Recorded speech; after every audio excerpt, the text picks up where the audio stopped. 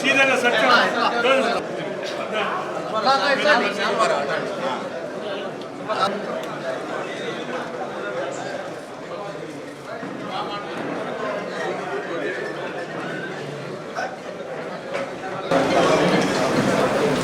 అమ్మా పక్కన నిలబడుతున్నా అమ్మా ఇటు వచ్చేమ్మా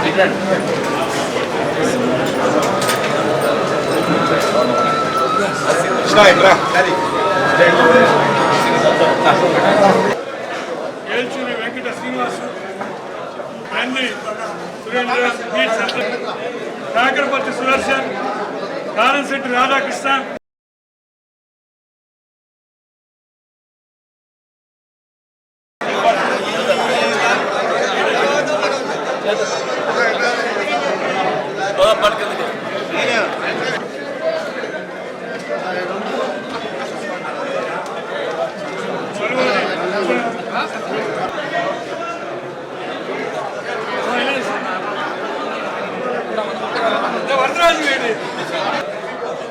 జగదీష్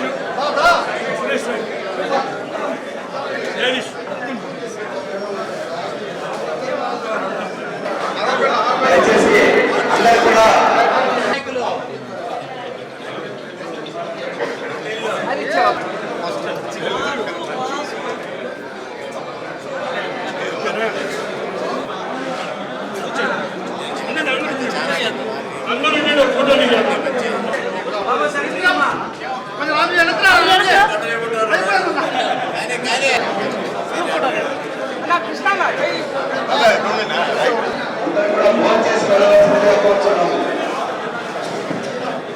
ఆర్య వైశ్య సోదరులు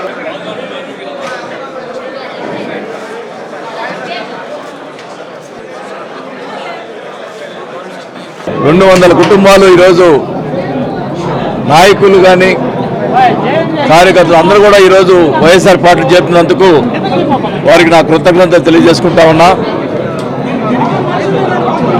ముఖ్యంగా ఆర్య వైశ్య సోదరులకి మొదటి నుంచి కూడా ఎక్కడ కూడా ప్రాబ్లం లేకుండా ఏ సమస్య వచ్చినా కూడా నా దగ్గరికి వస్తే సమస్య పరిష్కారం చేసేదానికే ప్రయత్నం చేశాను తప్ప ఎక్కడ కూడా ఇబ్బంది పెట్టలేదు.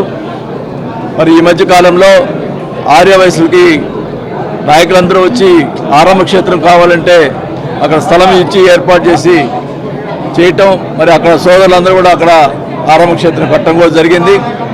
అలాగే గోశాలకు సంబంధించినటువంటి 25 సంవత్సరాల నుంచి పరిష్కారం కానీ గోశాల విషయంలో కూడా పరిష్కారం చేసి అక్కడ స్థలం కూడా ఇప్పించడం జరిగింది.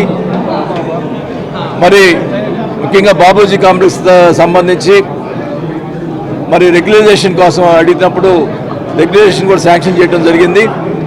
అది మన సోదరులు ఇంకా ఆ రెగ్యులేషన్ అమౌంట్ తగ్గియాలని చెప్పి కోరుకుంటా ఉన్నారు. దాన్ని కూడా మరి మాట్లాడి దానికి పరిష్కారం చూసేదానికి ప్రయత్నం చేస్తానని కూడా తెలియజేసుకుంటా ఉన్నా. బాపూజీ కాంప్లెక్స్ని ప్రారంభించినటువంటి రోసయ్య గారు చనిపోయిన తర్వాత అక్కడ విగ్రహాన్ని కాంప్లెక్స్ ఎదురుగానే ఒక మంచి కాంస్య విగ్రహాన్ని కూడా అక్కడ రోసయ్య గారిది ఏర్పాటు చేసుకోవటం, ఎందుకంటే ఆయన మంత్రివర్గంలో నేను మంత్రిగా కూడా ఉండటం జరిగింది.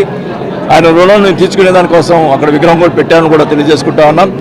ఆర్యవాసి సోదరులందరూ కూడా కోరిన ఆ రోజు చనిపోయినప్పుడు రోసయ్య గారు చనిపోయిన రోజు ఆ రోజే చెప్పాను నేను అక్కడ హైదరాబాద్లో మేము ఒంగోలులో కాంస్య విగ్రహం ఏర్పాటు చేస్తాము రోసయ్య గారిని చెప్పడం. అలాగే అసెంబ్లీలో కూడా చెప్పాను నేను. అసెంబ్లీలో కూడా రోసయ్య గారి నివాళులు అర్పించేటప్పుడు ప్రకాశం జిల్లాలో మా ఒంగోలులో మేము రోసయ్య గారి మరి విగ్రహాన్ని ఏర్పాటు చేస్తామని చెప్పాను. దాని ప్రకారం విగ్రహం ఏర్పాటు చేయడం జరిగింది. మరి ఈ మధ్య కొంతమంది వైశ్య సోదరులు తెలుగుదేశం పార్టీలో చేస్తున్నప్పుడు ఒక సోదరుడి దగ్గర పోతే మన వాళ్ళు పోతే ఒక సోదరుడు ఏమన్నాడంటే, నేను టీడీపీ పోతే నాకేమి ఇబ్బంది ఉండదు, ఎందుకంటే వాసు గారు గెలిస్తే వాసు గారు ఏం చేయరు, ఒకవేళ టీడీపీ గెలిచింది అనుకోండి జనార్దన్ నన్ను ఇబ్బంది పెడతాడు అని మాట్లాడటం నిజంగా చాలా బాధేసింది నాకు. నేను మంచిగా చూస్తుంటే అంటే నేను మంచితనాన్ని అట్లా మాట్లాడటం కరెక్ట్ కాదని కూడా అనిపించింది. ఒకటే చెప్తా ఉన్నా, ఈరోజు మా వైఎస్ఆర్ పార్టీలో ఉన్నటువంటి ఆర్యవైశ్య సోదరులకి నా ప్రాణం ఉన్నంతకాలం వారికి నా పూర్తి సహకారాలు, వాళ్ళకి ఏ ప్రాబ్లం వచ్చినా కూడా నేను వెనకెత్తి ఉంటానని కూడా తెలియజేసుకుంటా ఉన్నాను.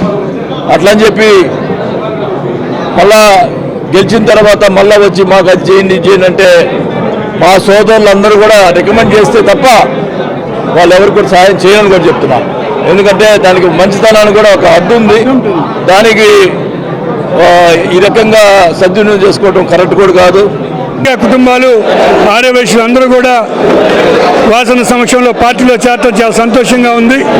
వారందరూ కూడా రానున్న ఎలక్షన్స్లో కష్టపడి వాసనకు పనిచేస్తాము అని చెప్పడం జరిగింది. ముఖ్యంగా ఈరోజు ఆర్యవైశ్యులకి పెద్ద ఎత్తున వాసన ఆరామ క్షేత్రం విషయంలో కానీ, లేకపోతే గోశాల విషయంలో కానీ, కొంజేటి రోసయ్య గారి విగ్రహం పెట్టడంలో కానీ ఎప్పుడూ కూడా వాసన ఆర్యవైశ్యులకు అండగా ఉంటారు. రానున్న రోజుల్లో మేమందరం కూడా వాసనకి కష్టపడి మేమందరం కూడా వారి గెలుపులో అత్యధిక మెజార్టీలో ఆర్యవైశ్యుల వంతు కూడా మేము ఉంటామని వాళ్ళు చెప్పడం చాలా సంతోషంగా ఉందని తెలియపరుస్తుంది. ఆర్యవైశ్య భవన్లో ఒక 4-5 డివిజన్లు కలిపి ఆర్యవైశ్యులు అందరూ కూడా ఆదివారం వాసవి సత్రంలో ఆత్మీయ సమావేశం ఏర్పాటు చేయడం జరుగుతూ ఉంది.